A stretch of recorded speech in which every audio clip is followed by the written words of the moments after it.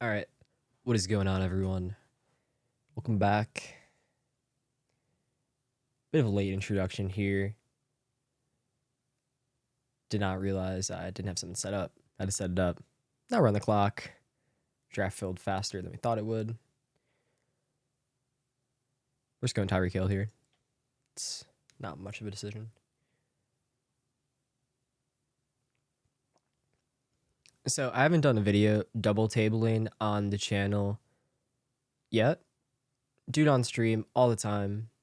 When it's me and Katron drafting, I do it all the time when I'm drafting, just by myself. Double tabling's fine. It's easy to manage two tables. When you start getting into the bigger numbers, that's when it becomes more of a hassle.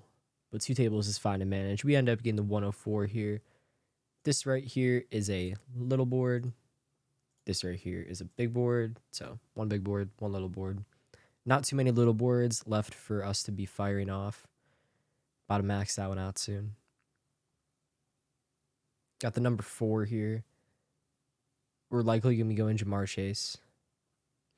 I'm Ja'Marr Chase over Justin Jefferson.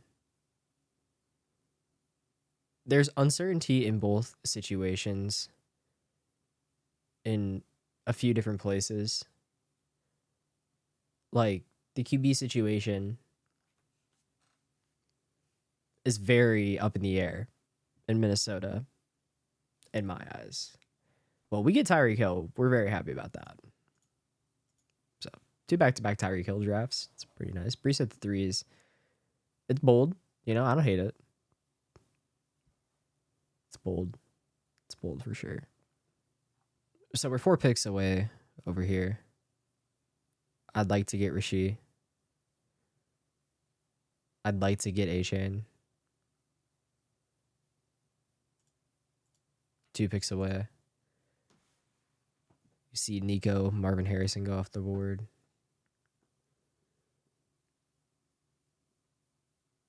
Wait, I didn't process this. What the fuck? I like just now processed this. Wait, that's Kendrick Bourne.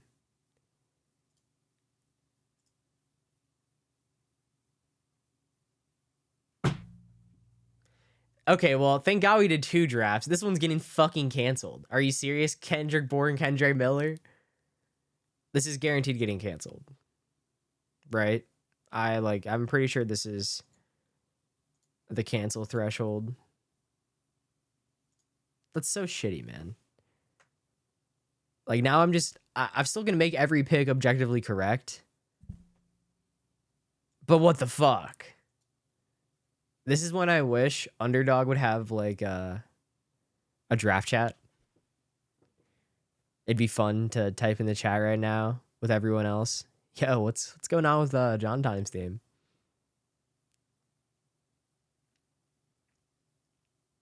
We obviously cannot allow a draft chat. That would be. We could. It would just be very heavily restricted. I think that'd be fun. It's a fun idea. Drafters has it. No one ever interacts with me when I talk in the Drafters chat. Sometimes I'm being friendly. Sometimes I'm just, just trying to hang out. No one ever interacts with me in the Drafters chat. We could just go big Miami and take all of them. I don't know how good that is. For me, it's either Tank Dell or Michael Pittman. I like Michael Pittman. Is there any crazy shit in this one? I mean, Marvin Harrison at the 12 is bold. It's not crazy. It's kind of crazy. I mean, to me, it's crazy to me, but, it's, I guess, not the worst thing in the world if people are really thinking his ceiling is that insane. But 12, dude, really? We're picking Marvin Harrison at the 12. It's a bit high. I fuck with Rasheed at the 13, though. That's based. That's based. He went Wandale.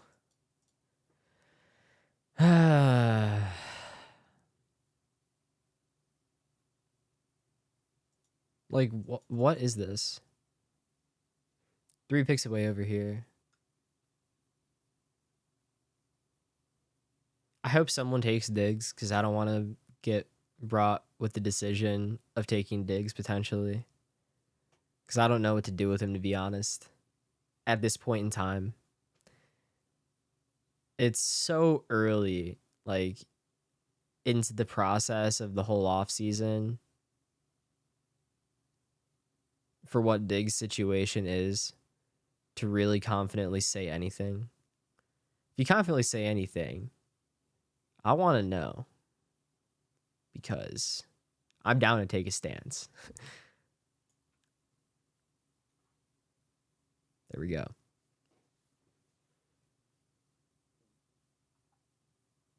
We have the chance to go big Miami over here and it guaranteed sticks. Do we do it? I mean, big Miami's kind of fun, right? Why not? It's like the best offense in the league, man. You know, with the concentrated players. Why not? Why not? Big Miami. He's up in one pick. What does he do? That fucks my head even harder. He just doesn't time out, picks Cooper Kupp. Whatever, man. Whatever, man. That dude's goofy as fuck. I think we're going Malik Neighbors here. At 46, this is deep as fuck for Neighbors. At this point in time, deep as fuck for Neighbors at 46. On the clock over here. Pretty sure we're just slam dunking AR here. Could go James Cook. I like James Cook here. I think he's a good pick. It's hard for James Cook to be a bad pick. I doubt they draft anyone relevant / spend high draft capital on a running back. I expect them to be using their first round pick on one of their receivers that's still there. Ideally, the nutted outcome in my eyes is Brian Thomas for them and for me because Brian Thomas, absolute dog. That's what they need there. They need Josh Allen hasn't had someone that can truly moss someone. If you think about it, all the players he's throwing to are great receivers. No disrespect to Stephon Diggs. He had an incredible fucking year. I'm just saying, you know, Brian Thomas is a different type of build that Josh Allen hasn't gotten to work with. You know, like it's like one of those things. Imagine if Josh Allen had DK Metcalf. That's the type of build that Brian Thomas is potentially bringing to the table in Buffalo. So, Yerp.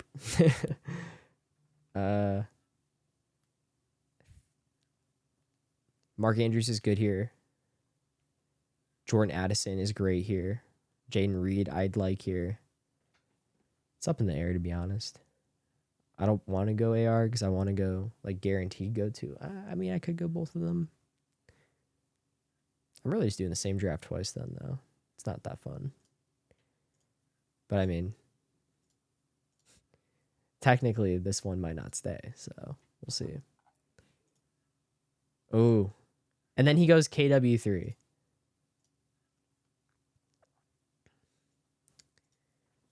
I don't get it.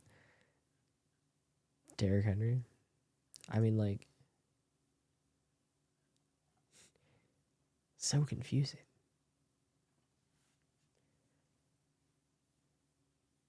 JSN seems to be falling. Makes sense. That's all I gotta say about that. No disrespect to JSN. He's an incredible talent. Horrible situation. Tyler Lockett, still serviceable. DK Metcalf, pretty good receiver. Quarterback situation. Who knows, man? It's fucked. JSN's ceiling, though, makes him a good pick. I've gotten Brian Thomas at some pretty egregious prices. Like, in favor for me. Chris Godwin is still just too low. 75 doesn't make sense. What happened to his and Baker's prices, I still don't understand.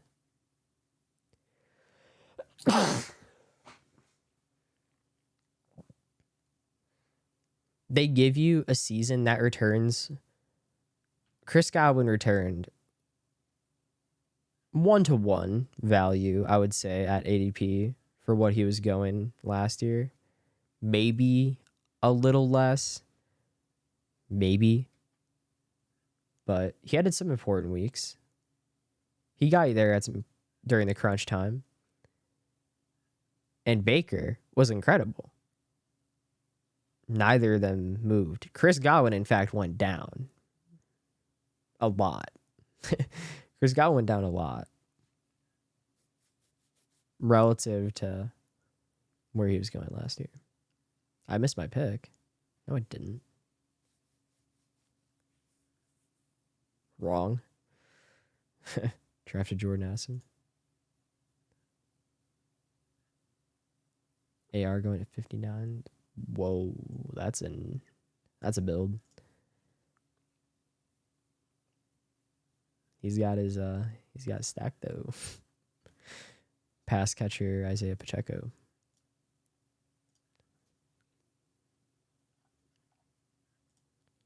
So 69 ADP. Kamara, probably just who we're going here if he doesn't go Kamara. Kamara's a good pick. Who do you go instead? Tajay? Fair. It's like young Kamara. Because now I'm thinking about going Dalton Kincaid. And just having... Is that too much? I like Dalton Kincaid, man. I really do. Kamara has no correlation. Kincaid could week 17 with Miami. And we also already have James Cook. We can't potentially get Josh Allen, which is unfortunate. But Kincaid still can be a monster on his own. And with the unknown of us just not knowing what the Bills are going to do, does inherently give Dalton Kincaid some value because his situation is very secure. Wait, did it actually happen? I mean, yeah, like I'm taking him, right? The fuck thing is that David Njoku is here, who is also just a must pick. This is fucked up. I'm telling you, this is fucked up. I'm going David Njoku. I have to. Like, my tight end situation is so fucked. If I don't go David Njoku here, my tight end situation is fucked. This is strictly a structure move. I can't think with my heart. I already have a good receiver structure. I just would have been building with my heart, not my brain, you know. Thinking with your dick type shit. Can't be doing that. Can't be doing that in best ball. We can go Brian Thomas over here. It's allowed over here. I'm pretty sure. Yeah. Yeah, we can go him over here. See? Everything's all good. Everything's all good. And then imagine Josh Allen to Brian Thomas, and then we have 3 of the pieces with no Josh Allen. Wouldn't that be just awesome? Wouldn't it be awesome? Jalen Warren's a good pick here. Josh Downs is a great pick here. Tua is a great pick here. All very good picks. None of them will be on the board. Tua most likely. None of them will be on the board, though. I like going Tua. It just secures our QB situation. QB points are very important points to be securing. And obviously, you can get them in the later rounds. But when you can get premium stacks of potential tournament winning stacks that you know you cannot get if you pass up on them at a certain point, you know, it's a fine pick. Because now we have Tua, A-Chain, Reek on top of AR to Pittman. We could have had AR to Pittman and Downs, which is the 1-to-1 of pretty much where I was at. But I like going Tua there because I do really like Baker, and Baker could have been a also great second quarterback on this team at a much later ADP. Now I'm thinking. Now, like, because that sounded pretty good. Fuck, did I fuck up? Should I, like, I think that made a little too much sense. And dude, there's so much EV in picking Chris Godwin on your team. There's so much EV in picking Chris Godwin because of how low Baker is going and how good Baker is. With how high of a floor Baker is giving you and how, like, oh, it's so good. It's so good. It might be the best combo on the big board right now is going Chris Godwin on every single team. It would just with the potential to pick Baker late because the points they're getting from both of them at their positions feel so good as at like for their floor, their potential ceiling. I think I fucked up. I still could go Baker, but it makes it a lot worse because I don't really need that third also great QB. I can just settle for, in my opinion, a rookie. If I want to add a third QB on that roster, I don't even have to be honest. Because if AR does reach his ceiling, I really didn't need to pick Tua, which also makes picking a quarterback later in that spot potentially better there. And also, if I'm playing for the scenario where my elite quarterback that I drafted highly reaches his said ceiling, if it's like one outcome obviously is through rushing for Anthony Richardson, but the other outcome is through passing, and Josh Downs was on the board there. So that's the whole shtick. We are pick 93. We don't have to worry about Tua getting taken, so we can just go someone else here. I like Raheem, I think. Maybe Jalen Warren, actually. So we go Raheem. That's so bad. Fuck. Pretty sure we're just going Chuba. Josh Downs went on 115. Dude, if I would have opened up my board to seeing Josh Downs, the emotions I would have felt in that moment, you guys don't even know. You guys don't even know. It would have been crazy. Cole Kmet's also a good pick here. It's a slight ADP gain, which doesn't really mean anything. Like 2 ADP doesn't mean anything. When ADP means something is a full round is incredible. That's closing line value that you should be considering taking every time, depending on who it is, in my opinion. You know, if it makes sense for your team, take it. 142 is our next pick. We are going Ladd McConkey. Sorry, Cole Kmet. No disrespect. This is our Tua pick.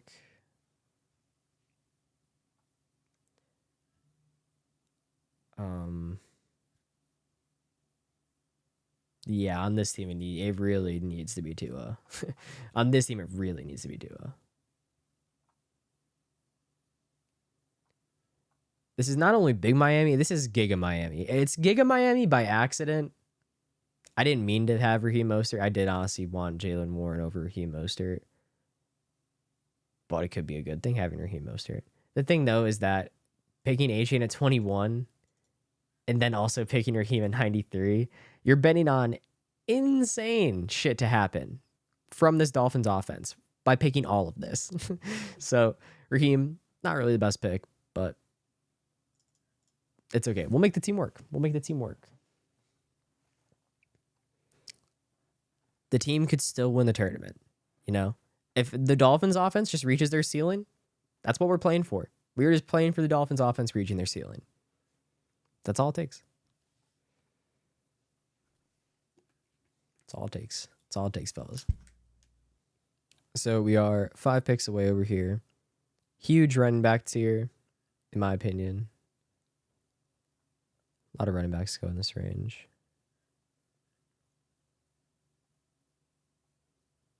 That are good. It's a good running back tier.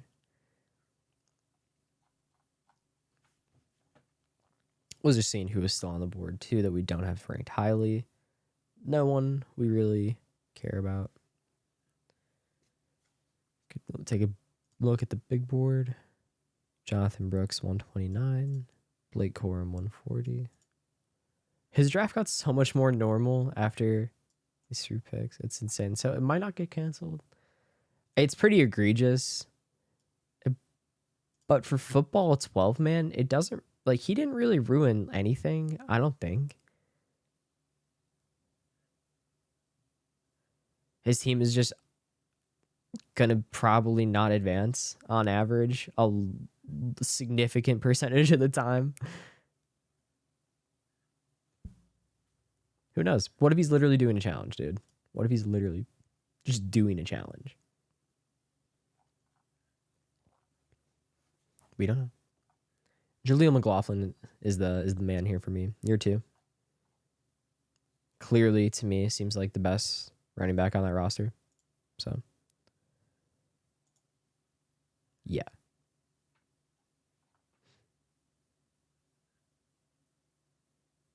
Kind of came out of nowhere too, and garnered some respect. Didn't have high draft capital, so when a running back does that, and then also comes with efficiency, I'm interested for sure, for sure. In this range too, I'm just like confident that this like can't be a bad pick. Who's gonna win the job? Javonte Williams? Maybe if he returns to form fully. I guess we could see that.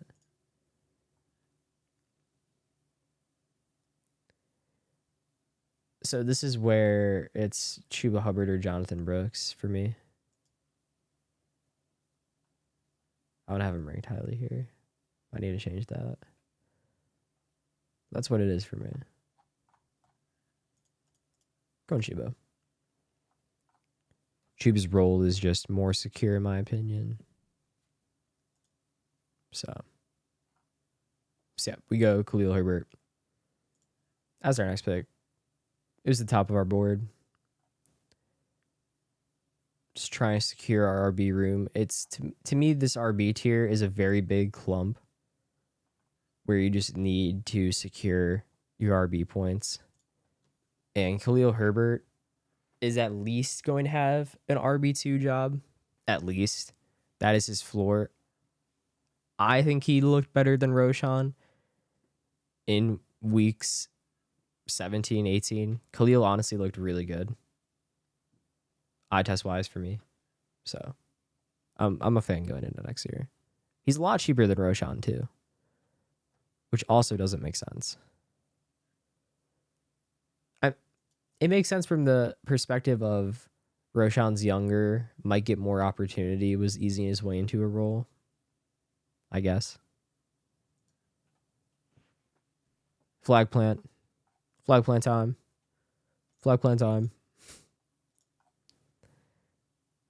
So on this team, we're definitely eyeing up to go our little special of Baker Cade.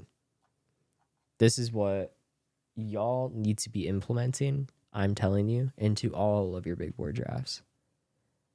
This is the secret sauce in rounds 12 and 13. You can even get fucking Mixie in 11. I'm telling you. At the back end of 11, you can get Mixie, yo. Seriously. Grab some Baker. Grab some K-Dot. It feels good. It's going to pay off. I'm like, the ceiling potential on those players next year is crazy relative to ADP. It's crazy. It doesn't make sense. What are the same bets in that area? 150 and 158? Let's look at some of the same bets in the same area. Like at the ones that they have ranked. Braylon Allen, Josh Palmer, Adam Thielen, Michael Wilson. Their situations are so uncertain, all of them. We know what Baker's is. We know what Cade's is. No chance they fucking draft someone ahead of Cade with how great Cade played at the end of the season. No chance. He played incredible in the playoffs. So, enough ranting about that over there. Back to this. We're going Curtis Samuel. I do like Keaton Mitchell. I do also like Isaiah Likely. Isaiah Likely's quite good. Honestly, we might just go Isaiah Likely here. Looking at things from a different angle. I like it. Mark Andrews is going to be back. That doesn't necessarily take away Isaiah Likely's entire... That doesn't necessarily mean that takes away Isaiah Likely's entire role. Because as a pass catcher, Isaiah Likely is very fucking good. And that cannot be understated. He graded incredible. So it'd be pretty astonishing to me if they did not find a way to use Isaiah Likely in their pass offense. Because look at what Jacksonville does with Trevor and Evan Ingram. They have a great connection. And Evan Ingram, how often he lines up on the outside in the slot, Evan Ingram lines up everywhere and had the most catches in the league last year as a tight end. Obviously, like, it's apples to oranges comparing like two different players, but like it's the same type of build where like they're playing at a bigger position than their opposition is. And you need to take advantage of that because he's a great route runner. He could do that. He could totally do that for you.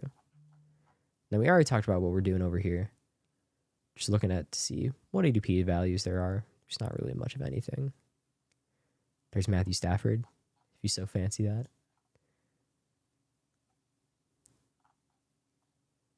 This guy doesn't have a tight end. It's pretty unlikely he goes Cade Otton because there's Darren Waller, Michael Mayer, Pat Freiermuth still all on the board. So I like going Baker first. This guy has 3 QBs. This guy has 2 QBs. This guy has 1 QB. But people are rogue with QBs sometimes, man, honestly. It's weird. It's weird. Sometimes you're forced into it. You got to just take the QB points, not play for the stacking opportunity, but you really need to be stacking to try and win tournaments. And obviously, like, you should be entering to win the tournament, man. That's the whole fucking point. It's the whole point. You enter to win. The fuck? This isn't a cash game. There are specific cash games you can go play. Go play those. This is not a cash game. You can treat it like that. Go ahead. Making it easier for the rest of us. Just trying to give some advice. 3-2-7 is a crazy structure also. I don't really know where he plans to get his RB points from. Hopefully Jaleel McLaughlin or Bucky Irving. Hopefully. But then after you say that, 0 tight end still, he's just going to be putting up a fat fucking 0 at tight end. Likely. Who'd he go? I'm curious. Who'd he go? Dude, are you serious? He went down Tavian Wicks? No. It's so bad. That's so bad. One pick away over here. I'll get... So Keaton Mitchell is still on the board. It's kind of crazy. I get it, the ACL, everything, but it's pretty fucking far, man. It's an entire round and a half. Entire round and a half. Like, we're taking him. Why not? Makes sense to me.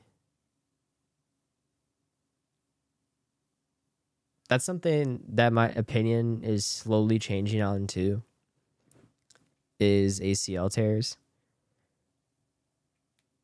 Because we're starting to see more and more with young running backs just coming back with great efficiency from an ACL tear. And when I say young, I'm talking year 1 and 2, specifically year 1 and 2. And when they come back,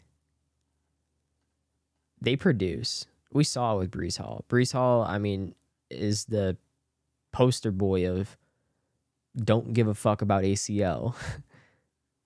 He showed at the end of the year, he wasn't that crazy efficient on the ground. But then he just turned it into high gear, and it was not that fair. So going more into that, Jonathan Brooks. So going more into that, players like Jonathan Brooks. So going more into that, players like Jonathan Brooks and Keaton Mitchell. I'm going to be buying those ACL tears because they happened when you're still a kid.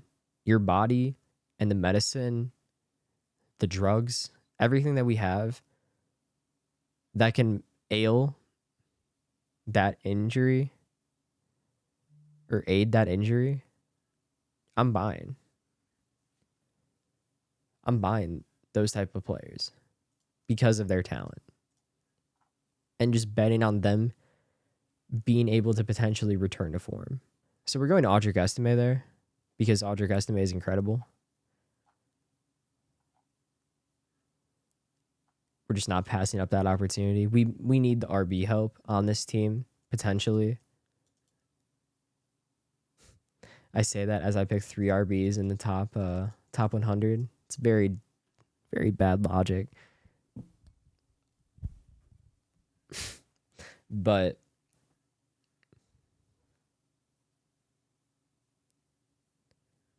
that's our mistake, you know. That's our mistake. It's Malachi Corley for sure. Not really sure why he's fallen so far. Doesn't make sense to me.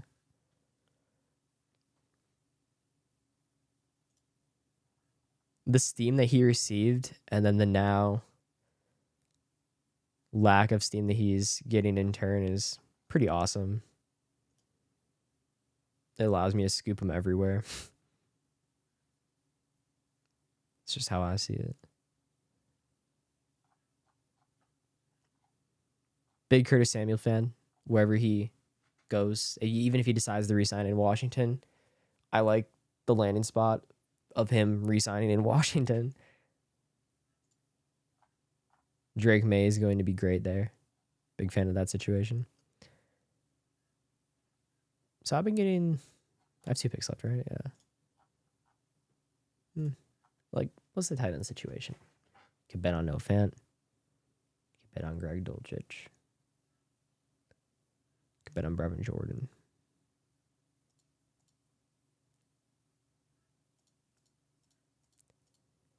Or Ben Sinnott. I kind of like Ben Sinnott. I'm a Ben Sinnott truther for sure. And tight end gets really thin if there was one to go, like Ben Sinnott or Gerald Everett. So we're saying fuck it. One of Jermaine or Luke will not get taken. Or Jamari. Jamari's our wide receiver 3 out of this bunch. I'm a Roman Wilson fan. I know the community is not as high on him as I am. And that's okay. He's a dog, plain and simple. I would bet on him earning a spot on the field fast, wherever he goes. I'd bet on it. McCarthy and Bo Nix still being on board here is pretty insane, honestly. Like, how do they go undrafted? How is there a team that doesn't need that help? To each their own, though, you know? So there's that draft. What do we end up having on this one? That was the little board. Okay. AR Tua. Love those QBs. Then we got A-Chain, Spears, Chuba, Jaleel, Khalil, Keaton Mitchell, and Ray Davis. Nice RB room. Fan of those RBs. All of them make sense. Then we got Tyreek, Pittman, Malik Neighbors, Chris Godwin, Ladd McConkey, Curtis Samuel, Malachi Corley, and Luke McCaffrey. 4 rookies. 8 total receivers.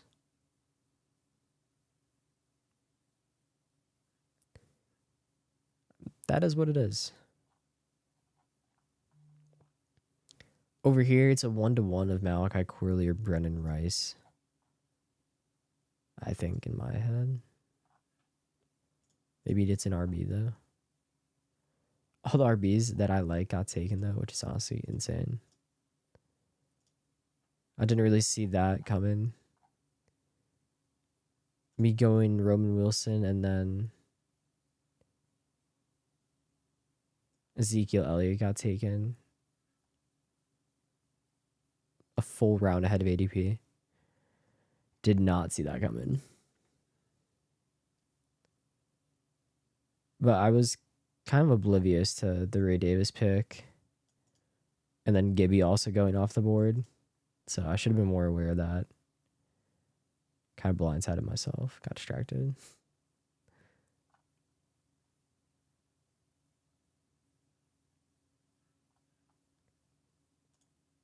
So now we're 2-5-8-2. Definitely would still like another RB if possible. I don't know. Like Will Shipley?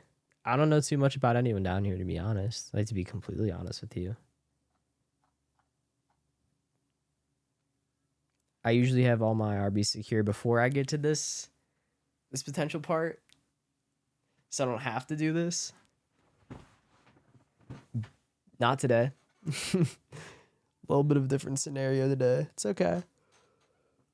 It's okay. Will Shipley goes off the board. Fuck. Chris Rodriguez. Chris Rodriguez is such a poor bet for next year, though. Because the talent that's still in that backfield isn't bad. And he's going to be coming off of ACL. So that's a bet I'm not really that crazy about making. Frank Gore Jr., you know. A lot of uncertainty with that one. So let's run it. Fuck it. That one's for you, Katron. That one's for you. He's a big Frank Gore Jr. fan. Hoping we get Brendan Rice. That'd be really nice. I want to see this guy's team. We're going to check it out after our pick. It would have been funny to see him go one of the receivers I had queued, though. Yeah, it would have been funny. 2 picks away. Come on. Bo Nix is a potential pick on this team. I don't hate going 3 QB with Tua Baker. Because neither of them are Konami code quarterbacks with the rushing upside. That like really drive home your fantasy points. Kind of into taking a 3rd QB to try and supplement maybe a bye week. Or if Bo Nix is just potentially even good, you know? It's not crazy. Bo Nix shouldn't be going that low in the draft. It's going to be interesting to see who takes him, though. It's always interesting to see where the QBs after the guarantees fall. Drake May feels like a guarantee to the Commanders. Caleb at this point, unfortunately, feels like a guarantee to the Bears. So, I don't really love going 10 receiver here. Doesn't really make too much sense to me. It's not really filling any potential holes. Because if the 10th receiver is what makes this get there, If I have 10 receivers and the 10th one is what makes a 10 receiver team get there, that's pretty bad. This team doesn't need a 10th receiver. I have good enough receivers to make, honestly, 8 work probably. I think if this team had 8, it'd still be fine. Honestly. But we went 9 because the potential ceiling points, they're too crazy. They're too crazy. We like ceiling points. What can you say? Sue us. Sue us for ceiling points. Taking Ben Sinnott. So to break it down, we got Tua, we got Baker, got A-Chain, got James Cook, got Raheem. We tried going Jaylen Warren. Should have had Jaylen Warren instead of Raheem. If that ends up happening, we probably don't have to go Frank Gore Jr. and we just end up having Chuba and Audric Estime and then Jaylen Warren to fill out our squad. But instead, it is what it is. We're trying to make it work. Go Frank Gore Jr. Then we have Tyreek and Jalen Waddle to complete the big Miami stack because we have A-Chain, Raheem, Tua. Still was going to go Tyreek, Jalen Waddle without Raheem, and I still was going to go Tua. Then we got Jordan Addison, Brian Thomas, Ladd McConkey, Curtis Samuel, Roman Wilson, Malachi Corley, and Brendan Rice. 5 rookies. It's a lot of rookies. It's more rookies than returning/starting players. I don't care.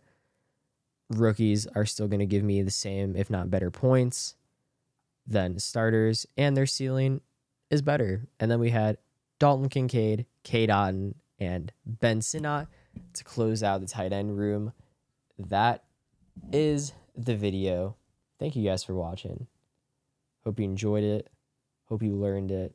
Hope you learned something from it. And yeah. See you next time.